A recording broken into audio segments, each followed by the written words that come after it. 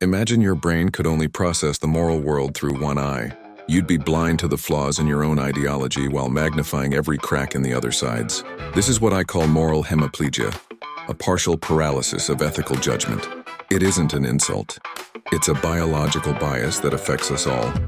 Today, I want to explore how the left and the right both suffer from this, and why we need a chemical and mental recalibration to find a balance that actually works. To understand this, we have to look at two hormones that shape our social DNA: oxytocin and vasopressin. They are chemical cousins, but they drive us in opposite directions. Oxytocin is the bond molecule. It promotes trust, openness, and connection. Vasopressin is the guardian molecule. It's wired for territorial defense, vigilance, and protecting the in-group.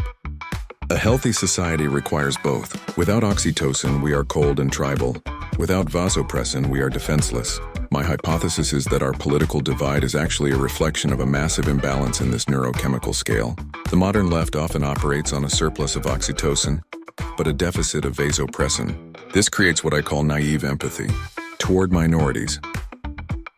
There is a visceral response to the cry of the marginalized, but often without discerning between a legitimate plea for dignity and a demand to bypass the consequences of one's own actions. Toward the working class. In the rush to provide for everyone, the sense of distributive justice gets lost.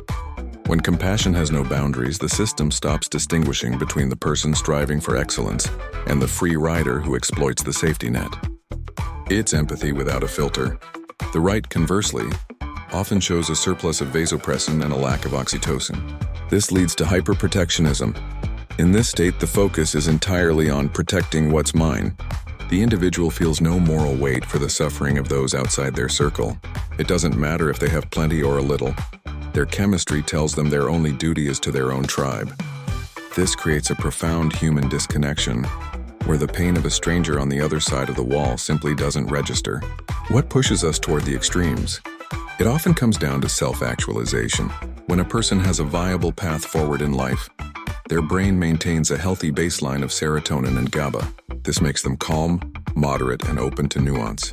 But when the socio-economic environment is suffocating, the brain is flooded with cortisol, the chronic stress hormone.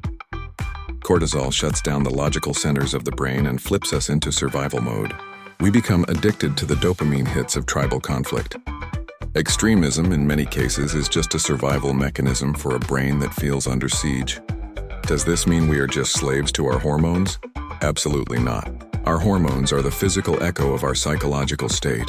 They don't dictate who we are, they reflect where we are.